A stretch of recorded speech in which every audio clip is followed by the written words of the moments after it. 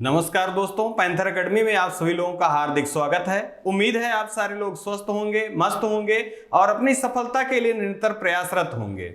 Daily की तरह आपको ऊर्जावान बनाए रखने के लिए, आपके अंदर सकारात्मक ऊर्जा का प्रवाह बना रहे, हम लोग सेशन की शुरुआत 2 शब्द मोटिवेशनल कोट से करते हैं। तो आइए हम लोग देखिए, मुश्किलों से भाग जाना आसान होता है, हर पहलू जिंदगी का इम्तिहान होता है। डरने वालों को मिलता नहीं कुछ जिंदगी में, लड़ने वालों के कदमों में जहान होता है।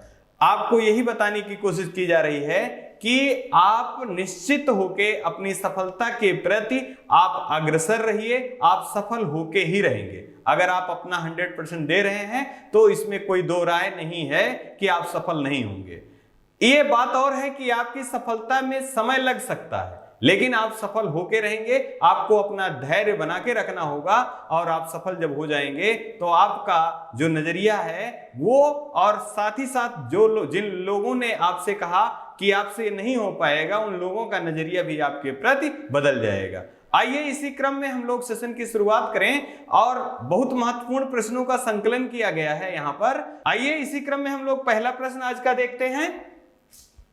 हाल ही में किसे सेंट्रल इंटेलिजेंस एजेंसी के पहले मुख्य प्रौद्योगिकी अधिकारी के रूप में नियुक्त किया गया? तो पहला विकल्प आपका दोस्तों दिया गया है नंदमूल चंदानी, दूसरा दिया गया है चारुदत्त मिश्रा, तीसरा दिया गया है विनय मोहन क्वात्रा और चौथा दिया गया है इकबाल सिंह लालपुरा। तो यहां पर जो सही आंसर आपका होगा दोस्तों, यह होगा विकल्प नंबर ए, नंदमूल चंदानी। अब यहां हम जाने सेंट्रल इंटेलिजेंस एजेंसी, ये यूएसए की एजेंसी है और ये पहली बार इन्होंने मुख्य प्रौद्योगिकी अधिकारी का पद स्वीकृत किया और उस पद के लिए सबसे पहले नंदमूल चंदानी जी को नियुक्त किया। अगर हम बात करें दूसरे विकल्प के बारे में, चारुदत्त मिश्रा जी के बारे में, तो इनको हाल ही में व्हिटली अवार्ड से सम्मानित किया गया, जिसे पर्यावरण के क्षेत्र में दिया जाता है। साथ ही साथ ये दूसरी बार व्हिटली अवार्ड प्राप्त करने वाले व्यक्ति हैं। और अगर हम यही बात करें विनय मोहन क्वात्रा जी के बारे में दोस्तों, तो भारत के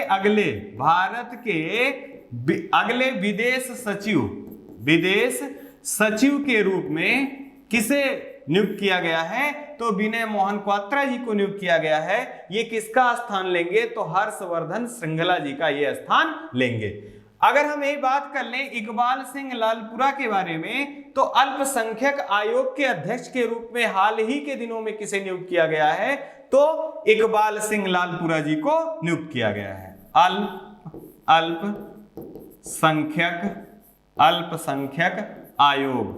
अल्पसंख्यक आयोग के अध्यक्ष के रूप में किसे नियुक्त किया गया है? तो इकबाल सिंह लालपुरा जी को नियुक्त किया गया। आइए इसी क्रम में दोस्तों दूसरा प्रश्न देख लें। हाल ही में किस भारतीय मुक्केबाज ने ड्रीम जॉब कार्यक्रम शुरू करने के लिए ड्रीम स्पोर्ट फाउंडेशन के साथ समझौता किया? अब यहां देखिए, पहला दिया गया है कर्णम मल्लेश्वरी, दूसरा दिया गया है मैरी कॉम, तीसरा दिया गया है मीराबाई चानू और चौथा दिया गया है पीवी सिंधु। ये अत्यंत ही महत्वपूर्ण प्रश्न है खेल के दृष्टिकोण से। तो यहां हम कुछ चीजें जानने की कोशिश करें तो देखिए, किया गया ड्रीम जॉब कार्यक्रम। अब इस टर्म को भी आपको याद रखना है, और दूसरा यहां ड्रीम स्पोर्ट फाउंडेशन, ये दोनों टर्म आपको की पॉइंट के रूप में याद रखना है। अब ड्रीम जब, पहले हम जाने कि ड्रीम जब कार्यक्रम किससे संबंधित है? तो ये बॉक्सिंग से संबंधित है, जहां पर 30 युवाओं को प्रशिक्षण प्रदान किया जाएगा, व्यापक प्रशिक्षण प्रदान किया जाएगा। और ये किसका है? ये मैरी कॉम जी का है। और इन्होंने ड्रीम स्पोर्ट फाउंडेशन के साथ समझौता किया है और इसी में 30 युवाओं को व्यापक प्रशिक्षण के आधार पे उनको प्रशिक्षित किया जाएगा। अब अगर हम बात करें यही कर्णम मल्लेश्वरी जी के बारे में, तो सिडनी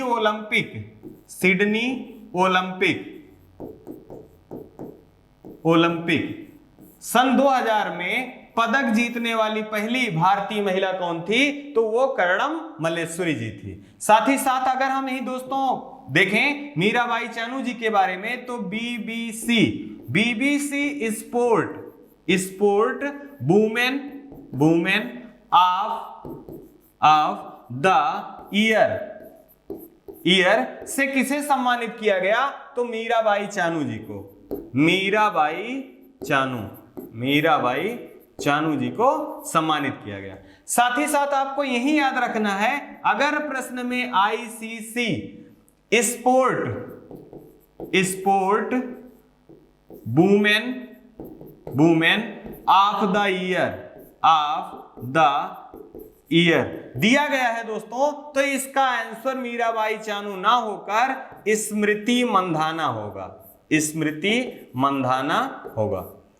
अभी हाल ही में आप विजडन खिलाड़ियों का घोषणा किया गया, तो आपको यह भी प्रश्न याद रखना है दोस्तों कि विजडन खिलाड़ियों में जो 5 खिलाड़ियों का घोषणा किया गया, तो उसमें कौन से 2 भारतीय हैं? तो आपको याद रखना है जसप्रीत बुमराह हैं और रोहित शर्मा 2 भारतीय खिलाड़ी हैं जिनको विजडन खिलाड़ी के रूप में घोषित किया गया है।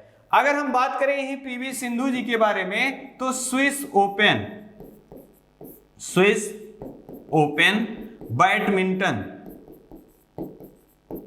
बैडमिंटन चैंपियनशिप का खिताब किसने जीता? तो PV सिंधु जी ने स्विस ओपन बैडमिंटन चैंपियनशिप का खिताब जीता। आइए इसी क्रम में अगला देख लें। देखिए, जैसा कि आपसे संस्था के द्वारा वादा किया गया है कि हम स्टैटिक करंट अफेयर के साथ साथ स्टैटिक जीके को भी बार बार रिवाइज करते रहेंगे, जिससे हमारे जो परीक्षाएं जब आए तो वहां रिवीजन का जो बर्डन बढ़ जाता है वो ना बढ़े और ज्यादा से ज्यादा चीजों को हम वहां सही करके आए। अब यहां देखिए, कुष्ठ रोग को अन्य किस नाम से जाना जाता है? तो हैंसन रोग के नाम से जाना जाता है। अभी हाल ही में अंतरराष्ट्रीय गांधी शांति पुरस्कार की घोषणा की गई, तो वो किसे दिया गया? तो कुष्ठ रोग के निवारण के लिए डॉक्टर भूषण कुमार जी को अंतरराष्ट्रीय गांधी शांति पुरस्कार से सम्मानित किया गया। अब यही देखिए, एक प्रश्न और भी दिया गया है,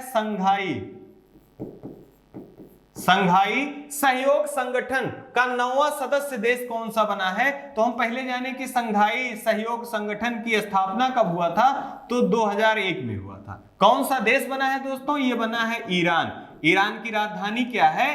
तेहरान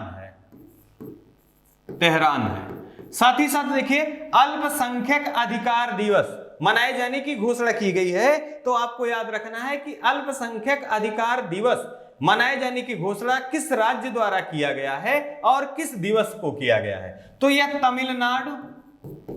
तमिलनाडु सरकार द्वारा किया गया है और यह प्रत्येक वर्ष 18 दिसंबर को अल्पसंख्यक अधिकार दिवस के रूप में मनाए जाने की अनुशंसा की गई है। अब आपको याद रखना है, स्टैचू ऑफ नॉलेज की स्थापना कहां की गई है? तो हमेशा याद रखिए, महाराष्ट्र के लातूर में किया गया है और इसका संबंध किससे है? डॉक्टर BR अंबेडकर जी से है। समानता दिवस के रूप में मनाए जाने की घोषणा किसने किया है? तो कर्नाटक ने प्रत्येक 14 अप्रैल को समानता दिवस के रूप में मनाए जाने की घोषणा की है। ये सारे प्रश्न अत्यंत ही महत्वपूर्ण हैं। जैसे ही आपकी परीक्षाएं प्रारंभ होंगी, आप देखिएगा यहां से प्रश्न जरूर मिलेंगे आपको। आइए इसी क्रम में अगला प्रश्न देख ले। हाल ही में exchange for media news broadcasting award से दूरदर्शन के कौन सी सीरीज को सम्मानित किया गया? अब यहां न्यूज ब्रॉडकास्टिंग अवार्ड से संबंध पूछा जा रहा है, तो पहला है बेस्ट फ्रेंड फॉर एवर, दूसरा है फाल्गुनी नायर, तीसरा है संसद टीवी, चौथा है इनमें से कोई नहीं। तो दोस्तों, इस प्रश्न का जो सही आंसर आपका होगा विकल्प नंबर ए सही होगा, बेस्ट फ्रेंड फॉर एवर। अब ये हमको जानना है कि ये संबंधित किससे है या है क्या? तो यह पालतू जानवरों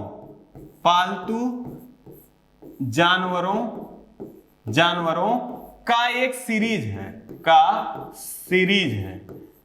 पालतू जानवरों से संबंधित एक सीरीज है और जो कि दूरदर्शन के द्वारा दिखाया जा रहा था, इसी को न्यूज ब्रॉडकास्टिंग अवार्ड से सम्मानित किया गया है। अब यहां दूसरे विकल्प के बारे में अगर हम देखें दोस्तों, तो EY इंटरप्रेन्योर अवार्ड से किसे सम्मानित किया गया है? तो फाल्गुनी नायर को सम्मानित किया गया है। ये नायिका ग्रुप की सीईओ है। साथ ही साथ अगर हम देखें संसद टीवी, तो आपसे विगत परीक्षाओं में प्रश्न भी बना है कि किन दो टीवी चैनलों का मर्ज करके या विलय करके संसद टीवी को बनाया गया। तो आप हमेशा याद रखिए, संसद टीवी जो है राज्यसभा टीवी, राज्यसभा टीवी और लोकसभा टीवी और लोकसभा टीवी का विलय करके क्या बनाया गया? संसद टीवी बनाया गया। और इसके पहले सीईओ बनाए गए, सीईओ रवि कपूर जी बनाए गए। आइए इसी क्रम में अगला प्रश्न देख लें दोस्तों।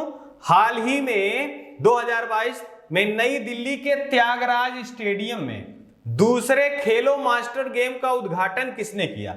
अब यहां पहला दिया गया है अश्वनी वैष्णव, दूसरा दिया गया है अनुराग सिंह ठाकुर, तीसरा दिया गया धर्मेंद्र प्रधान, चौथा दिया गया है मनसुख मंडाविया।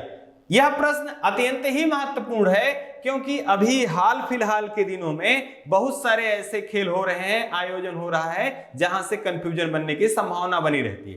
अब वन बाय वन करके हम देखें। पहला तो आप यहां प्रश्न में आंसर ही देख लीजिए कि त्यागराज स्टेडियम कहां है? तो दिल्ली में स्थित है। और यहां पर मास्टर गेम, खेलो मास्टर गेम का आयोजन किया गया। किसके द्वारा किया गया? तो ये उद्घाटन अनुराग सिंह ठाकुर जी द्वारा किया गया। ये विकल्प का आंसर हो गया। लेकिन अगर हम अभी हाल फिलहाल के दिनों में देखें तो हाल ही में खेलो इंडिया यूथ गेम का भी उद्घाटन किया गया। वह कहां किया गया? तो हरियाणा में किया गया। हाल ही में खेलो इंडिया यूनिवर्सिटी गेम का भी उद्घाटन किया गया। वह कहां किया गया? कर्नाटक में किया गया। और यहां तीसरा जो है खेलो मास्टर्स गेम है, तो इसको हमेशा कंफ्यूज ना होने पाए, आपका प्रश्न गलत ना होने पाए, बड़ी सावधानी से इस प्रश्न को आप देखिएगा और उसका आंसर दीजिएगा कि पूछा क्या जा रहा है। अगर खेलो इंडिया यूथ गेम पूछा जाएगा तो वहां उसका आंसर हरियाणा होगा, जबकि खेलो इंडिया यूनिवर्सिटी गेम पूछा जाएगा तो कर्नाटक होगा, खेलो मास्टर गेम पूछा जाएगा तो उसका आंसर दिल्ली होगा। अब यही अनुराग ठाकुर जी से अगर संबंधित एक महत्वपूर्ण जानकारी के रूप में देखें तो तेजस क्या है? तो यहां पर आपको कंफ्यूजन ना हो, इसी कारण बार बार बताया जा रहा है, तेजस लड़ाकू विमान नहीं है। तेजस एक प्रकार का युवाओं को रोजगार परत प्रशिक्षण देने से संबंधित है और इसका आयोजन दुबई में किया गया था और इसका जो उद्घाटन किया था अनुराग सिंह ठाकुर जी द्वारा किया गया था। और यह संबंधित है अमीरात स्टेट में युवाओं को रोजगार परत प्रशिक्षण प्रदान करना और उसका नाम है तेजस। अगर हम बात करें धर्मेंद्र प्रधान जी के बारे में तो केंद्रीय शिक्षा मंत्री जो हैं, शिक्षा मंत्री हैं, ये कौन है? धर्मेंद्र प्रधान हैं। और अगर हम बात करें मनसुख मंडाविया जी के बारे में तो स्वास्थ्य मंत्री, केंद्रीय स्वास्थ्य मंत्री कौन है? तो मनसुख मंडाविया जी हैं। और अगर हम बात करें अश्वनी वैष्णव जी के बारे में तो केंद्रीय रेल मंत्री हैं अश्वनी वैष्णव जी। अब आपको यही एक प्रश्न और भी याद रखना है, सुरक्षा कवच किससे संबंधित है? तो दो ट्रेनों के टक्कर को रोकने के लिए सुरक्षा कवच ऐप बनाया गया जो कि सुरक्षा प्रदान करेगा और उसका संबंध रेल मंत्रालय से है। आइए इसी क्रम में अगला देख लें। देखिए यहां महत्वपूर्ण दिया गया है निरामय परियोजना। अब आपसे पूछ लेगा निरामय परियोजना किसकी पहल है? तो ये राष्ट्रीय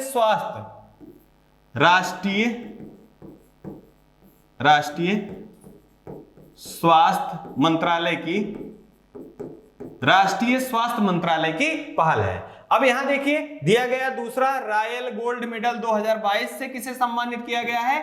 तो बालकृष्ण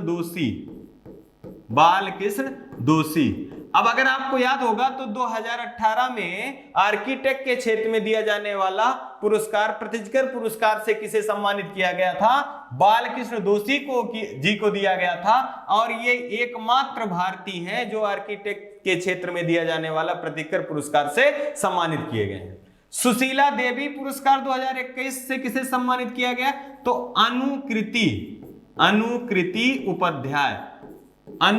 उपाध्याय को सुशीला देवी पुरस्कार 2021 से सम्मानित किया गया है। अब यही आपको याद रखना है, चमेली देवी पुरस्कार से किसे सम्मानित किया गया है, तो नीतू सिंह को सम्मानित किया गया है। जबकि चमेली देवी जैन पुरस्कार से किसे सम्मानित किया गया है, तो महाराष्ट्र के पत्रकारिता से संबंधित अरेफा जौहरी हैं, इनको सम्मानित किया गया है।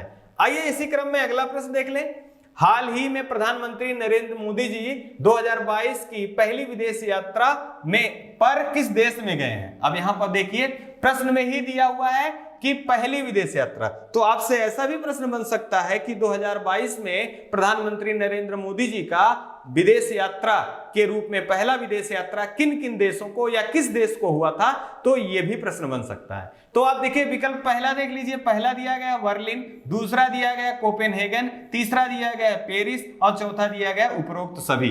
तो यहां पर जो सही विकल्प होगा आपका सही विकल्प डी होगा।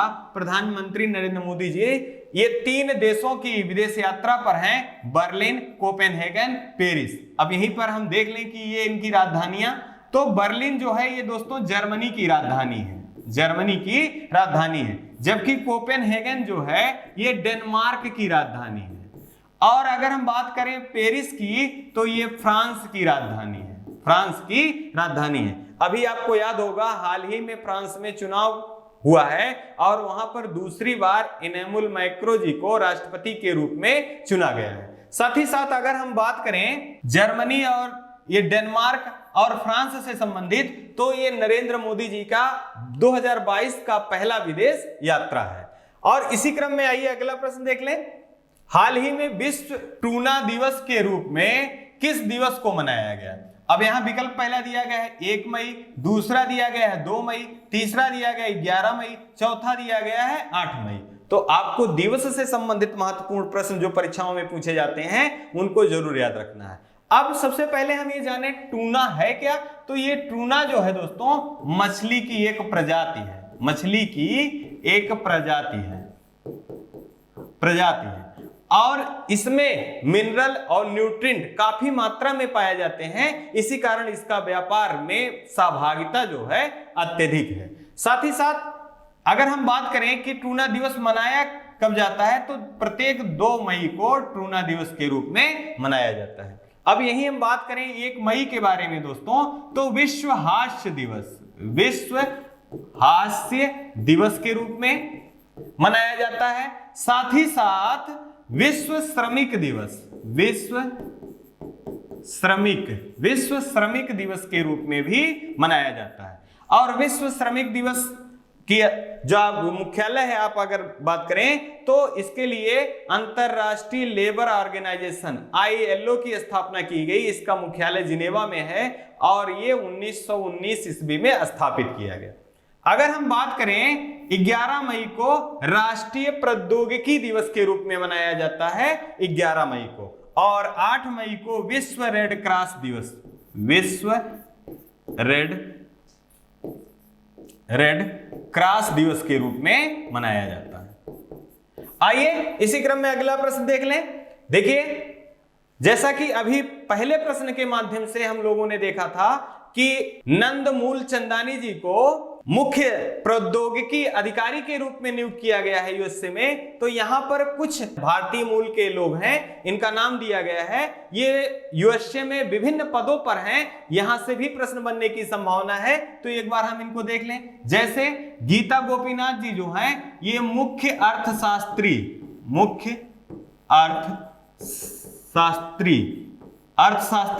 नियुक्त की गई हैं। कहां? IMF में। जबकि भव्यालाल जी जो हैं ये नासा में मुख्य कार्यकारी अधिकारी के रूप में नियुक्त की गई है। बात करें नीरा टंडन जी के बारे में, तो मुख्य सलाहकार जो बाइडेन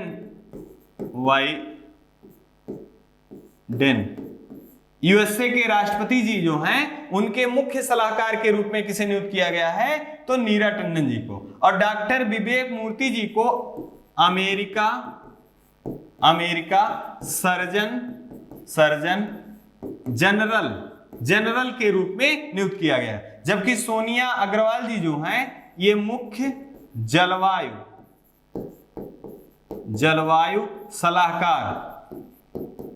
सलाहकार के रूप में नियुक्त की गई हैं यूएसए में।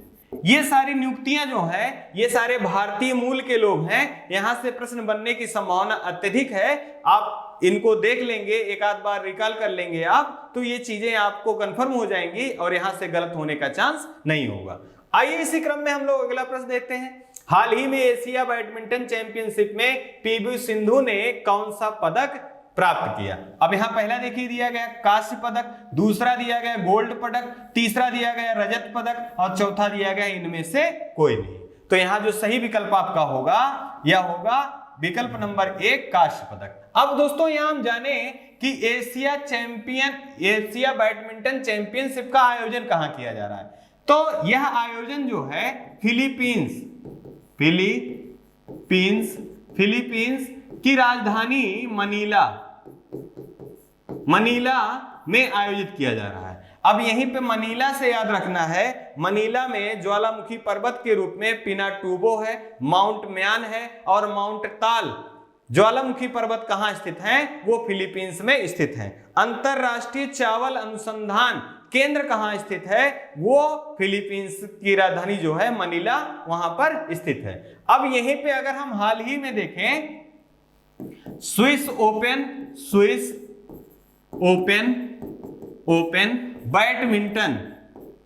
बैडमिंटन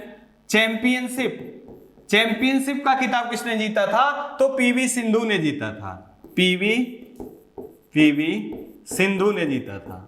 साथ ही साथ अगर आपसे बात की जाए कि ऑल इंडिया बैडमिंटन चैंपियनशिप का खिताब किसने जीता? तो लक्ष्य सेन ने जीता। जबकि ऑल इंग्लैंड बैडमिंटन चैंपियनशिप का खिताब किसने जीता था? तो विक्टर एक्सेल्सन ने जीता था।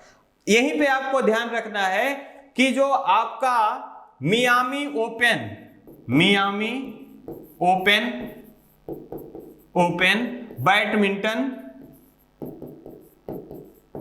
बैडमिंटन चैंपियनशिप का खिताब किसने जीता था? तो कार्लोस अल्कराज ने जीता था और ये मात्र 18 वर्ष की उम्र में जीते हैं। और इनका संबंध किस देश से है? तो इनका संबंध जो है वो स्पेन से है। साथ ही साथ आपको यह भी याद रखना है कि ऑस्ट्रेलिया ओपन महिला वर्ग का जो किताब है, ऑस्ट्रेलियाई ओपन का महिला वर्ग का किताब किसने जीता था? तो एशले बार्टी ने जीता है। और एशले बार्टी ही ने 25 वर्ष की उम्र में टेनिस से संन्यास लेने की बात की है। और ये कहां से संबंधित है? ये ऑस्ट्रेलिया से संबंधित है। आइए इसी क्रम में अगला देख लें।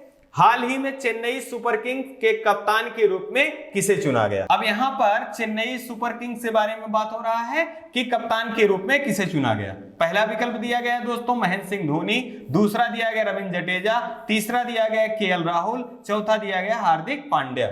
तो यहां पर जो सही विकल्प आपका होगा विकल्प नंबर ए होगा महेंद्र सिंह धोनी।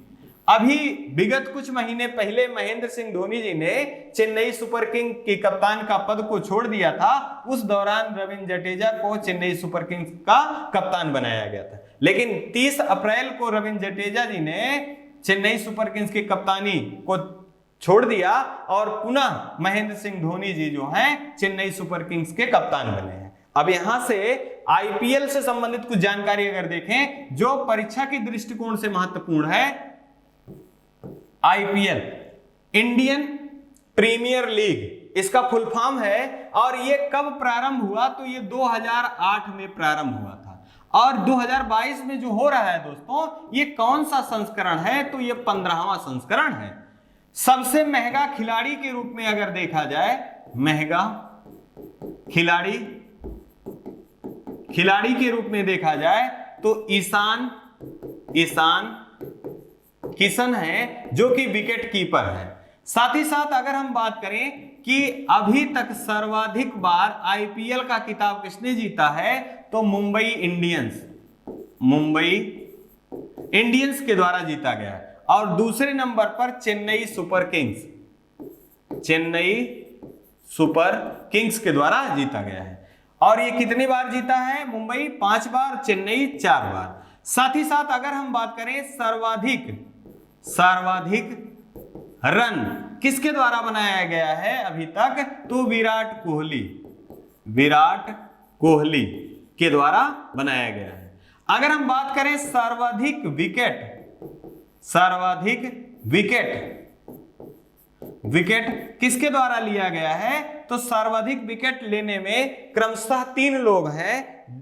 ड्रेवन ब्रेवो हैं, लसित मलिंगा हैं, साथ ही साथ भुवनेश्वर कुमार हैं। मतलब सर्वाधिक विकेट लेने में भुवनेश्वर कुमार जो भारतीय खिलाड़ी हैं वो तीसरे क्रम में है। अगर हम यही बात करें, ये जो आपका 15वां संस्करण आईपीएल का चल रहा है, इसका स्पॉन्सरशिप किसके पास है? तो ये टाटा के पास इसका स्पॉन्सरशिप है।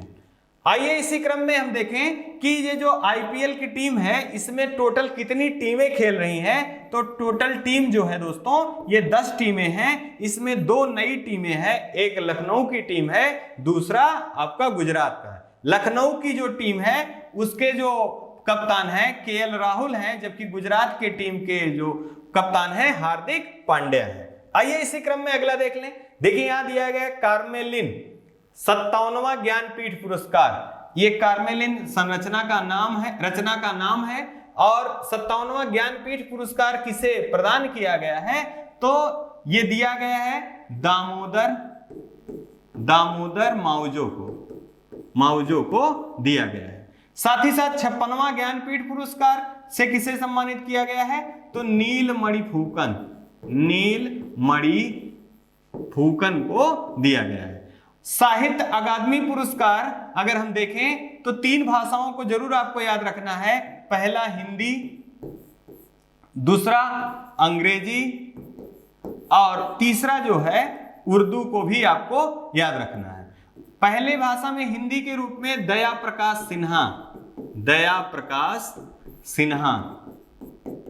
सिन्हा जी को, साथ ही साथ अंग्रेजी में नमिता गोखले और उर्दू के लिए चंद्रभान ख्याल जी को सम्मानित किया गया। आइए इसी क्रम में अगला प्रश्न देख लें। हाल ही में किस देश ने UNWTO से अलग होने की घोषणा की है? अब यहां पर देखें UNWTO ये क्या है? United Nation World Tourism Organization से अलग होने की घोषणा किसने की है? तो विकल्प में पहला दिया गया है आपका अमेरिका, दूसरा दिया गया है फ्रांस, तीसरा दिया गया है चीन और चौथा दिया गया है रूस। तो इसका सही जो आंसर होगा आपका रूस होगा। UNWTO से अलग होने की घोषणा किसने किया है? रूस ने किया है। और रूस की राजधानी क्या है? मॉस्को है। और यह यूरोप महाद्वीप का देश है और क्षेत्रफल के आधार पे विश्व का सबसे बड़ा देश जो कौन है? तो वो रूस है। और इसी यूरोप महाद्वीप में ही विश्व का सबसे छोटा देश भी है जिसका नाम वेटिकन सिटी है। अगर हम यही बात करें चीन के बारे में तो चीन की राजधानी बीजिंग है। और अगर हम फ्रांस के बारे में बात करें तो इसकी राजधानी पेरिस है। पेरिस को सुरा और सुंदरियों का देश के नाम से भी जाना जाता है। अमेरिका की राजधानी वाशिंगटन डीसी है जो कि वाशिंगटन डीसी है जो कि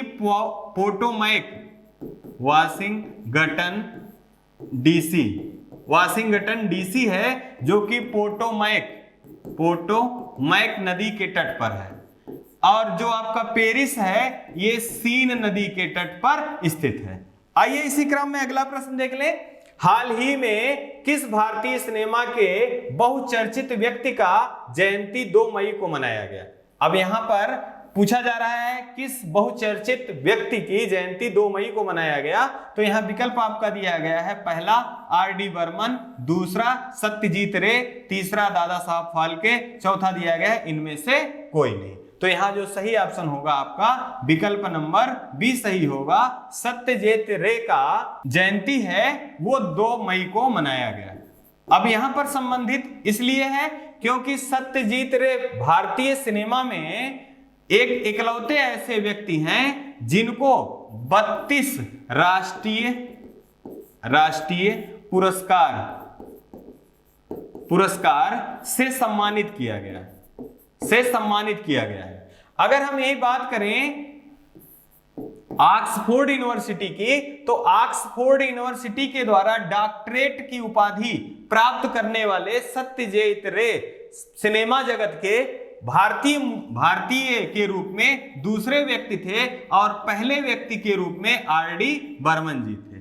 इन्हीं जो 10 प्रश्नों की सीरीज है, इन्हीं 10 प्रश्नों में जो स्टैटिक जीके के जो महत्वपूर्ण प्रश्नों का संकलन है, ये आपके लिए अत्यंत ही महत्वपूर्ण है। देखिए जैसा अब यहां दिया गया है, 79वां गोल्डन ग्लोब पुरस्कार से किसे सम्मानित किया गया है? तो द पावर ऑफ द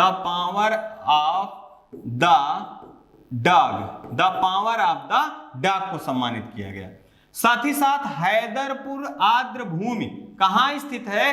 तो ये उत्तर प्रदेश में स्थित है। उत्तर प्रदेश के हस्तिनापुर वन्य जीव में स्थित है हैदरपुर आर्द्र भूमि।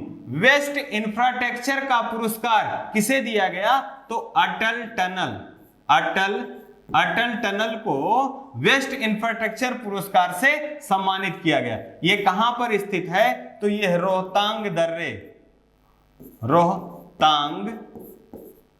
दर्रे में स्थित है। और रोहतांग दर्रा कहां स्थित है? हिमाचल प्रदेश में स्थित है। इन्हीं प्रश्नों के साथ ये आपका जो सीरीज है यही समाप्त हो रहा है। आपको अपने लक्ष्य के प्रति सकारात्मक ऊर्जा के साथ करने के लिए देखिए पुनः 2 लाइनें लिखी गई हैं।